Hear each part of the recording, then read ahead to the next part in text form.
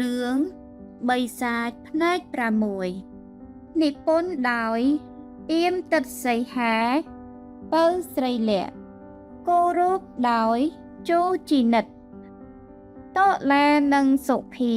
រស់នៅក្នុងមណ្ឌលកុមារកំព្រាជាមួយគ្នាពួកគេទាំងពីរនាក់ជាមិត្តភក្តិដ៏ល្អហើយចូលចិត្តប្រឡែងលេងជាមួយគ្នាសន្ធឹកខ្យល់ខ្លាំងនៅខាងក្រៅតូឡាប្រញាប់អើតមើលតាបង្អួចមេឃខ្មៅណាស់ហើយខ្យល់ខ្លាំងទៀតខោអាវខ្ញុំក្មេងសាខោអាវរួចរាល់ហើយតូឡាទៅសាក្រោយគេតែម្នាក់ឯង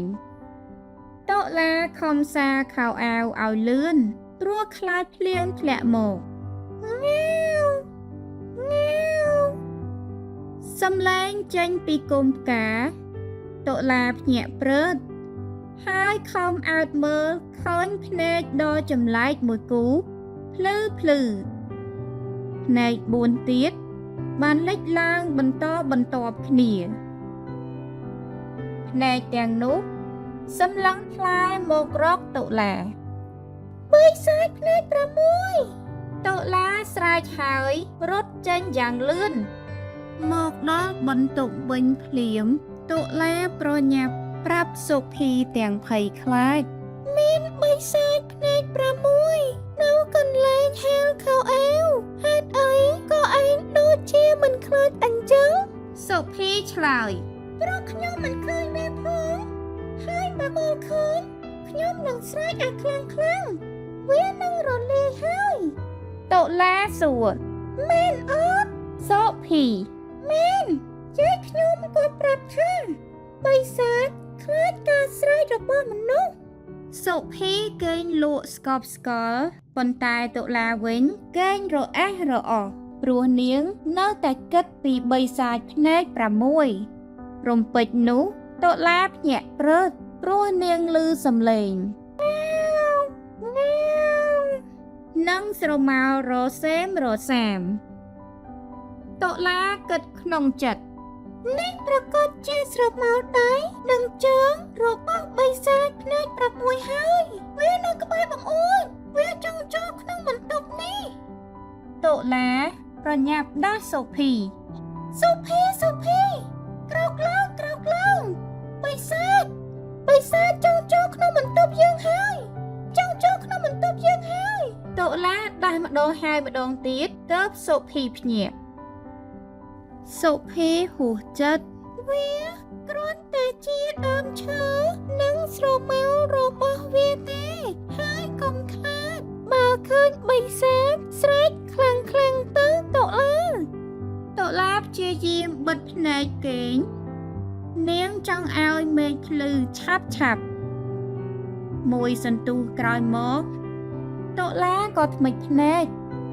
ហើយនាងក៏នឹករវើរវាយបិសាចភ្នែក6សសៀខ្លួនចូលតាមចម្រឹងបង្អួចភ្នែករបស់វាធំហើយមានពន្លឺដូចពិលវាស្ទុះមកយ៉ាងលឿនដៃរបស់វាវែងចង់ចាប់តុលាខំរត់យ៉ាងលឿននាងក្រឡេកទៅក្រោយឃើញបិសាចចាប់សុភីជាប់តុលាស្រែកអង្វរដោះលែងសុភីទៅអង្វរយ៉ាងណាក៏បិសាចភ្នែក6មិនស្ដាប់នាងដែរ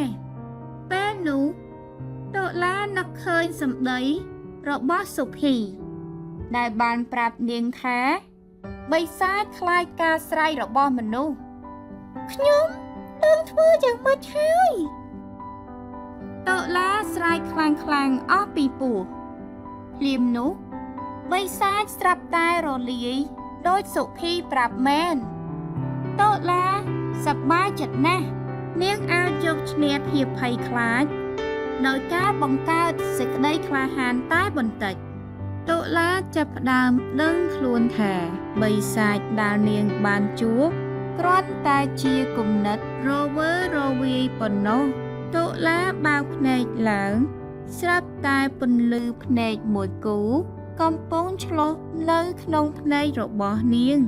តុលាលាន់មាត់តាមពិត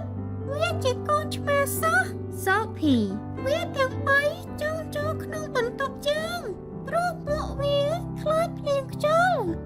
ពេលនោះតុលាច្បាស់ក្នុងចិត្តថាបិសាចភ្នែក6គឺជាកូនឆ្មាទាំង3ដ៏គួរឲ្យស្រឡាញ់ពួកវាកំពុងស្វែងរកជំរកនិងភាពកក់ក្ដៅទេតើបន្តិចក្រោយមកតុលានិងសុភីប្រឡែងលេងជាមួយកូនឆ្មាទាំង3នៅក្នុងមណ្ឌលកុមារកំព្រា